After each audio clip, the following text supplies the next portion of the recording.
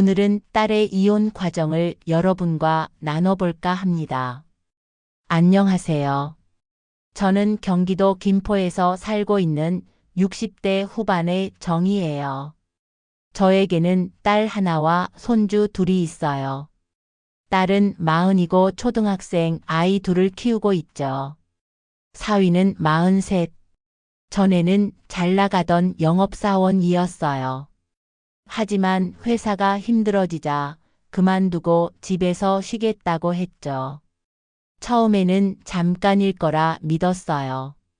사람은 누구에게나 힘든 시기가 있으니까요. 그런데 그 잠깐은 5해가 되었고 그 사이에 많은 것이 무너졌어요. 딸이 제게 돈을 빌리러 오기 시작한 건 작년 초였어요. 처음에는 학원비가 조금 모자라다 했고 다음 달에는 관리비가 밀렸다고 했죠. 그 다음에는 보증금에서 월세를 깎아 쓰는 중이라며 미안하다고 했어요. 그때까지만 해도 저는 크게 묻지 않았어요. 살다 보면 한 계절쯤은 바람을 정면으로 맞아야 할 때도 있으니까요. 하지만 여름이 지나고도 바람은 잦아들지 않았고 대신 종이 봉투와 문자로 된 고지서만 쌓여갔어요. 저는 결국 딸의 집으로 갔어요. 문을 열자마자 보인 것은 창가에 웅크린 화분과 건조대에 넘쳐나는 빨래였죠. 그리고 거실 한가운데에서 헤드셋을 낀 사위가 게임을 하고 있었어요. 아이들은 방으로 쫓기듯 들어갔고 딸은 웃는 얼굴로 저를 맞았어요. 엄마가 오셨네. 저는 웃음으로 답하며 부엌으로 들어갔어요. 싱크대에는 설거지가 산처럼 쌓여 있었고 냉장고에는 아이들 간식 몇 가지와 물만 있었어요. 저녁이 되자 사위는 영상 플랫폼을 켜고 소파 깊숙이 몸을 묻었죠. 모두가 조용히 숨을 죽이는 시간. 대화는 건조했고 숨기는 말이 많았어요. 그날 밤 저는 딸에게 조심스럽게 물었어요. 무슨 일 있니? 딸은 잠깐 고개를 떨구더니 작은 목소리로 말했어요. 엄마, 우리 월세 6달 밀렸어. 저는 말문이 막혔어요. 6달이라니. 그럼 보증금은? 보증금은 거의 다 깎였어. 그 말을 듣는 순간 저는 낡은 의자의 등받이에 등을 붙였어요. 겨울밤처럼 차갑고 오래된 한숨이 나왔죠. 다음 날 저는 집주인을 찾아가 미납된 잔액을 정리했어요. 통장 잔액이 눈에 띄게 줄어들었지만 마음은 잠시 고요해졌어요. 아이들이 당장 집을 잃지 않아도 되니까요. 그날 저녁 저는 사위를 불렀어요. 우리 이야기 좀 해요. 그는 대수롭지 않다는 듯 다리를 꼬고 앉았죠. 말씀하세요. 저는 최대한 조용히 물었어요.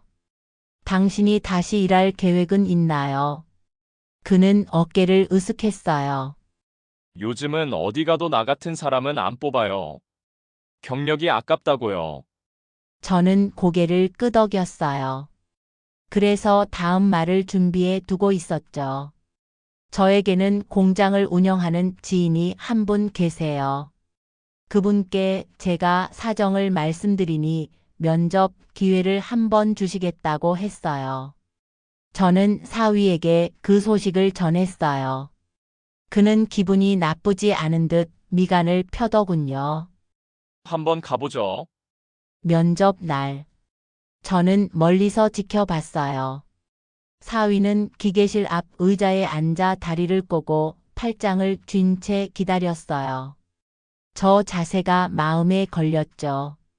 잠시 후 사장님이 저를 따로 불렀어요. 죄송하지만 어렵겠습니다. 저는 이유를 여쭸어요. 사장님은 단정하게 말씀하셨어요. 면접에서 기본 태도가 중요합니다. 처음부터 연봉 얘기만 하시고 이전에 봤던 수준보다 낮으면 못 간다고 하시네요. 저는 그 자리에서 고개를 숙여 사과했어요. 발걸음이 무거웠어요. 저녁에 집으로 돌아오자 사위는 무심하게 물었죠. 그래서 뭐래요? 저는 담담히 답했어요. 죄송하지만 어렵대요. 그는 이해할 수 없다는 얼굴이었어요. 내 실력이면 충분한데. 요즘 회사들이 눈이 높아. 그 말이 제 가슴에 박혔어요. 눈이 높은 건 회사가 아니라 현실이었어요. 며칠 뒤 사위는 알바를 시작했어요. 편의점이었죠. 처음 2달은 묵묵히 나가는 듯 보였어요.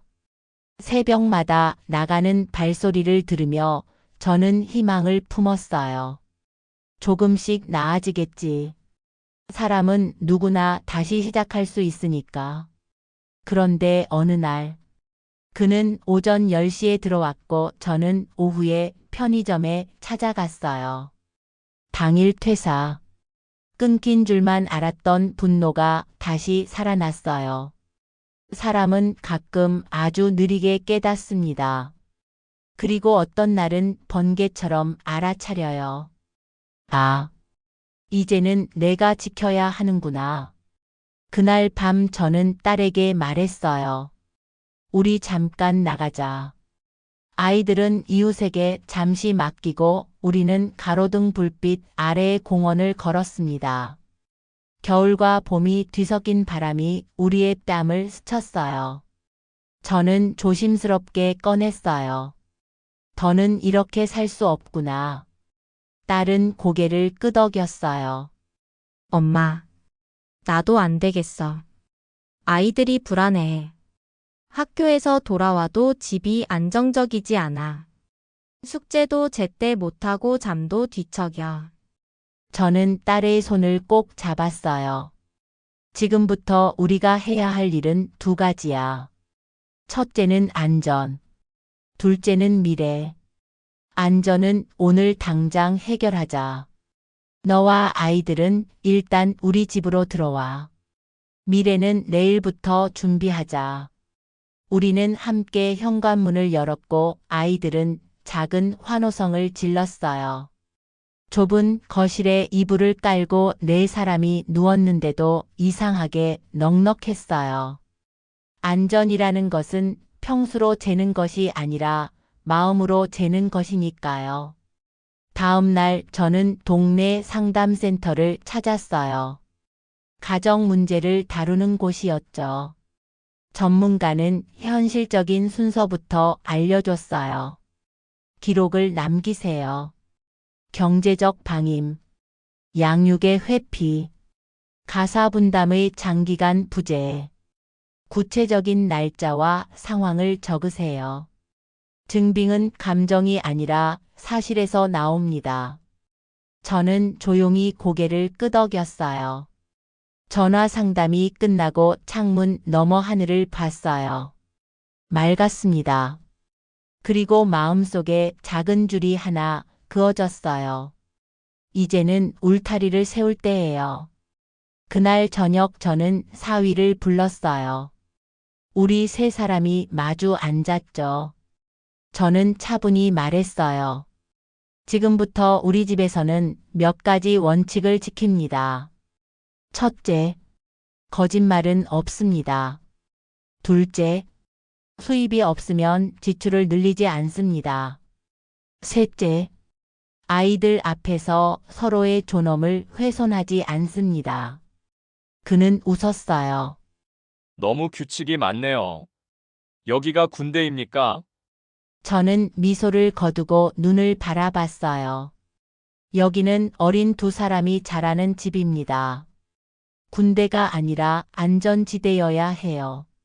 그는 자리에서 일어났어요. 저는 말했어요. 당신이 여기서 함께 살기 원한다면 계약서에 서명하세요. 가사 분담표, 구직 기록, 지출 합의서, 그리고 한 가지 더. 아이들 앞에서 큰 소리 내지 않겠다는 약속. 그는 깊은 한숨을 쉬더니 문을 닫고 나갔어요. 그 밤은 길었지만 저는 오랜만에 숙면을 했어요. 규칙은 사람을 묶는 밧줄이 아니라 서로를 안전하게 하는 난간이라는 것을 저는 오랫동안 살아오며 배웠거든요. 일주일이 지나도록 그는 연락이 없었어요. 그 사이 우리는 작은 변화들을 시작했어요. 딸은 오전 시간에 재택 업무를 구했고, 오후에는 동네 도서관에서 아르바이트를 시작했어요. 아이들은 학교와 지역 아동센터를 오가며 규칙적인 시간을 얻었습니다. 저는 저녁마다 두 아이와 식탁에 둘러앉아 하루의 이야기를 들었어요. 오늘은 급식에 생선가스가 나왔어요. 과학 시간에 태양계 모형을 만들었어요. 이런 소소한 말들이 우리 집을 다시 집으로 만들어줬습니다. 열흘째 되던 날, 그가 문 앞에 섰어요. 수척해진 얼굴로 말했죠. 다시 시작해 보겠습니다. 저는 조용히 문을 열어주었어요. 하지만 마음의 문은 쉽게 열리지 않았어요. 다음 날 그는 또 다른 알바를 구했습니다. 이번에는 배달 일이었죠. 하루 이틀은 늦게까지 뛰었고 땀에 젖은 셔츠로 돌아왔어요. 저는 국을 데워주며 말했어요. 수고했어요. 사람은 고생을 먹고 자라기도 해요. 그는 고개를 끄덕였어요. 하지만 얼마 후, 비가 쏟아지던 어느 밤, 그는 오지 않았고 다음 날에도 오지 않았습니다. 전화는 꺼져 있었고 메시지는 읽지 않았어요. 사흘째 되던 날 들어온 소식은 익숙했어요. 그만뒀다고 합니다. 하루 전 문자 하나 남기고요. 저는 더 이상 놀라지 않았어요. 놀라움의 칼날은 반복 앞에서 무뎌지니까요. 저녁. 아이들이 숙제를 하는 사이 딸과 저는 다시 마주 앉았어요. 딸은 말없이 눈물을 훔쳤어요. 엄마, 이제 정말 끝내고 싶어. 저는 고개를 끄덕였어요. 좋아. 그러면 절차를 시작하자. 우리는 먼저 필요한 사람들을 만났어요. 상담을 해주는 분, 아이들의 학교 담임, 지역센터의 사회복지사, 그리고 일정이 잡히자 우리 셋은 서로에게 약속했어요. 거짓 없이 사실로만 이야기하기. 아이들 앞에서는 굳세게 서 있기. 밤마다 손잡고 짧게라도 기도하기. 우리는 울타리를 조금 더 단단히 세웠어요. 그 과정이 쉬웠냐고요? 전혀요. 문 서류는 차갑고 정리해야 할 기억들은 뜨거웠어요. 사람의 마음은 종종 종이보다 느리게 움직이니까요. 그러나 매일 조금씩 우리는 앞으로 걸었습니다. 아침에는 학교 버스 시간에 맞춰 밥을 차리고, 오후에는 도서관 마감 때까지 딸을 기다렸다가 함께 집에 오고, 저녁에는 내일 먹을 반찬을 미리 만들어 냉장고에 넣어 두었죠. 규칙적인 날들이 우리를 붙들어 주었어요. 바람은 여전했지만 이제는 넘어지지 않았어요. 한 번은 그가 찾아와 말했어요. 내가 아이들을 데려가겠다고. 저는 조용히 말했어요. 아이들에게 필요한 것은 안정입니다. 먹을 밥, 잘 시간, 숙제할 책상, 아이들이 자신을 미워하지 않는 어른들. 그는 고개를 숙였어요. 말은 없었지만 우리 모두가 알았어요. 말은 증명보다 가볍다는 것을. 그날 밤 저는 손주들과 오래 이야기했어요. 혹시 아빠가 보고 싶니? 아이들은 잠시 생각하더니 말했어요. 보고 싶기도 하고 무섭기도 해. 나는 그 말을 가슴에 접어 넣었어요. 부모가 된다는 것은 사랑을 주는 일인 동시에 책임을 지는 일이라는 것을. 아이들의 단어가 또렷하게 증명하고 있었거든요. 저는 아이들의 손을 잡고 말했어요. 괜찮아. 너희는 사랑받기 위해 태어났고 안전하게 자랄 권리가 있어. 어른들 일이 어른들 일 때문에 너희가 스스로를 미워할 필요는 없어. 아이들은 고개를 끄덕이며 이불 속으로 들어갔어요. 잠든 얼굴은 참 평화로웠어요. 어른들이 지켜야 할 평화였죠. 며칠 뒤, 제가 사는 동네의 작은 법원 복도에서 우리는 긴 숨을 들이켰어요. 회색 벽과 나무 벤치 그리고 유리문에 비친 우리의 모습이 어딘가 낯설었죠. 딸은 양손으로 서류 봉투를 꼭 쥐고 있었고 저는 그 손 위에 제 손을 포개었어요. 아이들은 조용히 색연필로 공룡을 그리고 있었어요. 문이 열리고 부르는 소리가 들렸어요. 우리는 함께 들어갔고 함께 나왔어요. 밖으로 나오자 바람이 조금 달라져 있었습니다. 어깨를 누르던 돌덩이가 하나쯤 내려놓아진 것 같았어요. 해결된 것은 아니었지만 시작됐다는 것이 중요했어요. 그 후로도 삶은 늘 그렇듯 소소한 일들로 채워졌어요. 월요일에는 우산을 챙기고, 화요일에는 장바구니를 챙기고, 수요일에는 아이들의 영어 단어 시험을 같이 보고, 목요일에는 김치전을 부쳤어요. 금요일에는 도서관에서 빌린 책을 반납했고, 토요일 아침에는 바람이 맑아서 동네 하천을 걸었죠. 우리는 그렇게 작은 뿌리들을 내렸어요. 토양은 아직 거칠고 비가 올 때면 진흙이 묻었지만 뿌리는 버티는 법을 배웠어요. 사람들은 가끔 묻습니다. 왜 그렇게까지 했냐고요? 저는 대답합니다. 아이들 때문이라고요. 그리고 또 하나 있어요. 나 자신 때문입니다. 어른이 자신을 지킬 때 아이들은 배웁니다. 사랑은 달콤한 말이 아니라 책임이라는 사실을요. 경계는 냉정함이 아니라 존중이라는 것을요. 다시 시작하는 용기는 누구나 가질 수 있다는 것을요. 그가 완전히 사라진 것은 아니에요. 문득 문자를 보내 오기도 하고 셀카를 남기기도 해요. 하지만 우리는 더 이상 그 얼굴에 흔들리지 않아요. 흔들리는 것은 바람이고 우리는 나무예요. 바람은 늘 불지만 나무는 여전히 서 있어요. 가지가 부러지기도 하지만 새 가지가 납니다. 잎이 떨어지기도 하지만 계절이 바뀌면 다시 돋아납니다. 여러분, 혹시 이 영상 속 이야기에서 자신의 그림자를 보셨나요? 당신의 딸이 혹은 아들이 혹은 동생이 조용히 무너지는 소리를 듣고 계신가요? 그렇다면 먼저 안전을 확보하세요. 당장 오늘 밤 아이들이 편히 잘 수 있는 이불 한 장부터요. 그리고 기록하세요. 날짜와 사실을요. 다음으로 도움을 구하세요. 이웃의 손, 전문가의 조언, 당신의 오래된 친구. 한 사람의 손만 있어도 밤을 건널 수 있어요. 용기는 혼자가 아니라 함께일 때 오래 갑니다. 그리고 스스로를 원망하지 마세요. 사람은 누구나 실수합니다.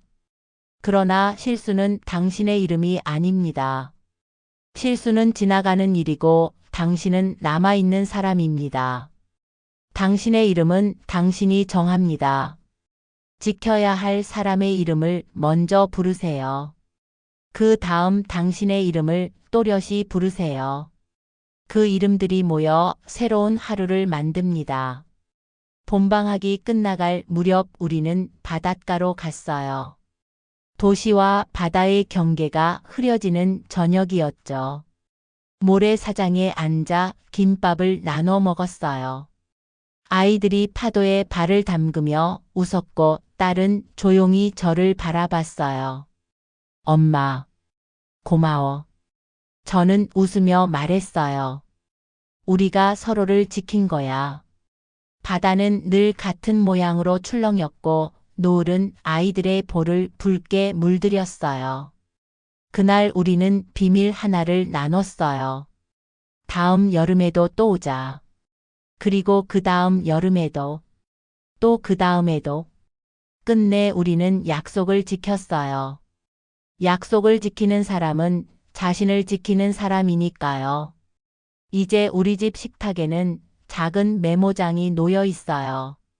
오늘의 감사 3가지를 적는 종이에요. 아이들은 종종 이렇게 씁니다. 오늘 숙제를 끝냈다. 엄마가 일찍 왔다. 할머니 된장찌개가 맛있었다. 저는 이렇게 씁니다. 오늘도 우리는 서로에게 다정했다. 오늘도 우리는 솔직했다. 오늘도 우리는 잘 버텼다. 버틴다는 말은 때로 살아낸다는 말과 같습니다. 마지막으로 당신에게 전하고 싶은 말이 있어요. 당신이 지금 서 있는 자리에서 한 걸음만 움직여도 풍경은 변합니다. 그 한 걸음은 전화를 거는 일일 수도 있고, 문 앞에 신발을 반듯하게 가지런히 놓는 일일 수도 있고, 아이가 잠든 밤 당신 자신의 이름을 낮게 불러보는 일일 수도 있어요. 작은 걸음들이 모여 길이 됩니다. 길이 생기면 바람이 방향을 바꿉니다. 그리고 어느 날 당신은 알게 될 거예요. 아, 나는 내가 나를 포기하지 않았구나. 이야기를 끝까지 들어주셔서 고맙습니다. 혹시 비슷한 시간을 지나고 계신가요? 댓글로 당신의 이야기를 들려주세요. 저와 이곳의 많은 분들이 함께 읽고 함께 손을 잡아드릴게요. 이 영상이 누군가에게 작은 손전등이 되기를 바랍니다. 어둠 속에서도 방향을 잃지 않게 해주는 조용한 불빛 말이에요. 구독과 좋아요는 이 이야기를 더 멀리 보내는 날개가 됩니다. 당신의 작은 클릭이 누군가의 밤을 건너게 할 수 있습니다. 고맙습니다. 다음 이야기에서 만나요. 오늘도 우리 서로를 지켜요.